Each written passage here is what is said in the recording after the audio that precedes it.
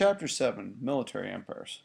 So now we're going to get into the people who came after the Babylonians and people like that, and the Mesopotamians in that region of the world, and a little other places too. So let's move on here. So the military empires, they developed around Mesopotamia to start with, from about 1000 to 570 BC.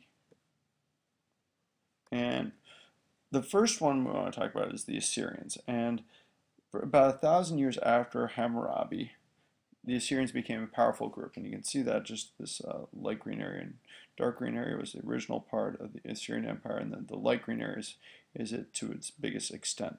They used the same language and writing as the Babylonians, and the land wasn't easy to protect, so they had to actually learn to fight to survive, and that led them to develop an army that was really the most feared for a while in the land. By around 800 BC, they'd taken over most of Mesopotamia.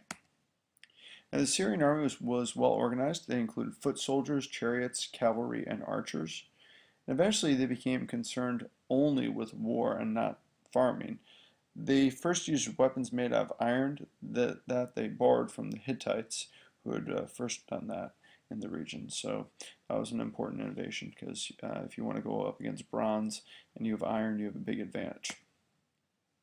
They were very thorough and would enslave the populations they conquered, burn cities. They were just known as cruel as well in a lot of ways. You could either agree to live under their rule and pay high taxes, or you'd be conquered if you resisted. So a lot of people just surrendered just based on the reputation of them. And they had conquered the Egyptians by 671 BC. And this is a Sennacherib. Sennacherib, that's the actual name here. This is the guy who ended up going ahead, and the king who attacked Jerusalem but didn't quite take it over. But the kings were very powerful, and there was a very large empire that they divided up into provinces, and basically those guys were chosen by the king, who made sure that all the laws were followed and taxes were paid as well. Eventually the territory became too large, and when one king died, a guy named Ashurbanipal, a bunch of groups led a successful revolt, really because basically on some level they'd been bullies, and enough people got together, enough different groups got together, they took them out. The Chaldeans, they went ahead and they captured the capital of Nineveh in 612 BC, and that was the end of the Assyrian Empire. And that's an image of Ashurbanipal, and you can see, if you look closely, see the actual cuneiform that they were still using. Now the Chaldeans, they were different. They were defeated the Assyrians. They were from the area around Babylonia and considered themselves to be Babylonians, and frequently they're referred that way. Under Nebuchadnezzar, they rebuilt the empire, and Babylon became the biggest city in the world. Close to 1 million people living there. This is actually an image of the head is of Nebuchadnezzar, and then this royal image as well of a lion with wings almost. And that was it's like a Lamasa or Lamsa, and that's a symbol of power that was shown to people in the region. Now the city was well protected behind walls, had a huge ziggurat and temple and king's palace, and had this thing we believe called the Hanging Gardens, which was one of the 7 ancient wonders of the world, which was basically a leveled garden that went all the way pretty high up, and it just was something where they were able to bring water up. And so they believed in the Babylonian god of Marduk, and they were very involved in trade and became rich partially because of that, traded as far away as Egypt and India. Now astronomy became important to them because it revealed the plans of the gods, and really astrology, astronomy, that sort of thing. They were the first to have a sundial and a 7-day week as well. And they had some of the same problems as the Assyrians did with regards to holding on their empire.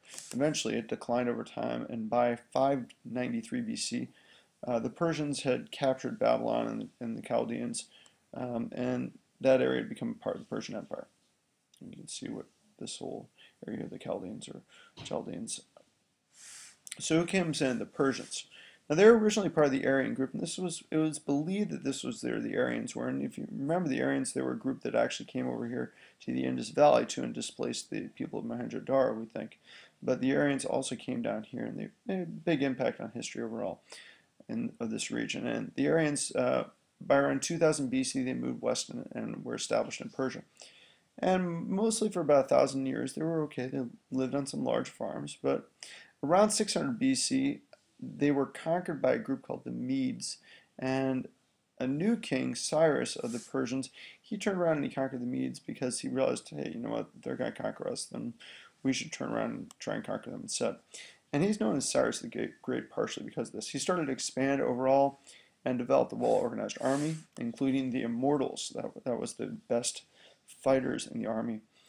And when one died, then another one would replace them, so it always seemed like there was a set amount of troops in the Immortals. The empire stretched rapidly and spread from India to Egypt. Now, they were a lot nicer than the Assyrians. They allowed subjects to keep their own religion, their language, and laws, and they just mainly had to pay taxes to the Persians. And they believed it was important to be fair, and that by being fair, that would allow people to remain in order as well. Darius was another important king after Cyrus. He had a magnificent capital built that over here it doesn't look that magnificent now, partially because Alexander the Great burned it to the ground. But this is one part of the site, and that's Persepolis. Darius, he was the king who ended up releasing the Jews, and so he's viewed very favorably by them after the Jews had been taken to Babylon, after the Babylonians under Nebuchadnezzar had taken them over, or the Chaldeans, I guess I should say. Now, government officials, the king relied upon others to help him rule. All officials spoke Aramaic. And about 20 provinces in the empire each had a governor, a secretary, and a general who were selected by the king. And these are all the different provinces. You can see pretty extensive.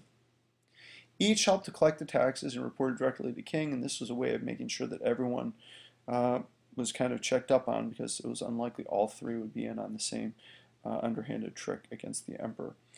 Now, the inspectors, they determined who owed taxes, and they looked out for signs for rebellions as well. Judges made sure the king's laws were carried out as well. And in terms of family life, there was obviously a difference between rich and poor. Poor had one-room houses, rich had one set of rooms for men and another for women. Father was the person who made most of the decisions in families, and women and men did live pretty different lives. In terms of religion, they were first polytheistic, but then they started, there's a guy named Zoroaster who started a popular religion around 570 BC. And he taught that there were two gods, one of good, who was named Mazda, and one of evil, Ahriman. And people would choose by their actions who they would support. And it was taught eventually that Mazda would win and Ahriman and his supporters would be punished. And this is actually a symbol of the Zoroastrian religion. In terms of trade, that was one thing that they wanted to have trade so they could tax it, but they didn't want to be traders.